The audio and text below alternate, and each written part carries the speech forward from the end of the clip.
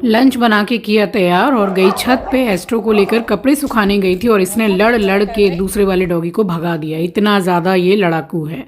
बस यहाँ कपड़े सुखाने के बाद थोड़ी देर बैठी रही धूप में। ठंड में धूप में बैठना अच्छा लगता है। यहाँ पे वेब सीरीज़ देख रही थी और पी रही थी ABC जूस। अब दीदी आ गई थी तो हमें जाना था स्मार्ट बाज़ार। दीदी आए और स्मार्ट बाज़ार ना जाएं ऐसा कभी कभी कभी नहीं हो सकता। स्मार्ट बाज़ार गए, कुछ चीज़ें हमने खरीदी हैं, दीदी ने तो बहुत ज़्यादा ही कम कुछ खरीदा। वापस हम घर आ गए और घर आने के बाद में ये घी का पैकेट खोला। देखिए जमा हुआ है ना, बट जो दूसरा A2 घी खरीदा था वो जमा हुआ नहीं था क्योंकि वो नकली था।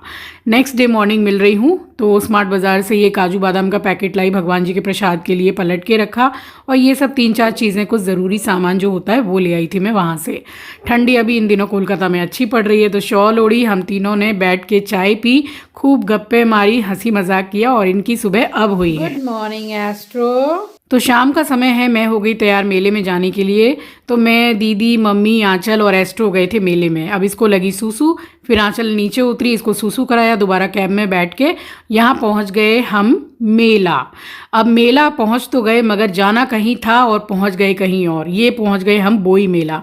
तो इसीलिए हम हंस रहे थे कि बताओ इतनी देर हम कैब में आए और पहुंच भी गए हम दूसरी जगह। और मम्मी और दीदी की तो हंसी रुक ही नहीं रही थी, न जाने आज क्या हो गया था। गांव की शादी याद आ गई मम्मी को, जहां इतनी ज़्यादा ठंड थी कि हम ठंड के मारे तीनों बन गए थे डाकू।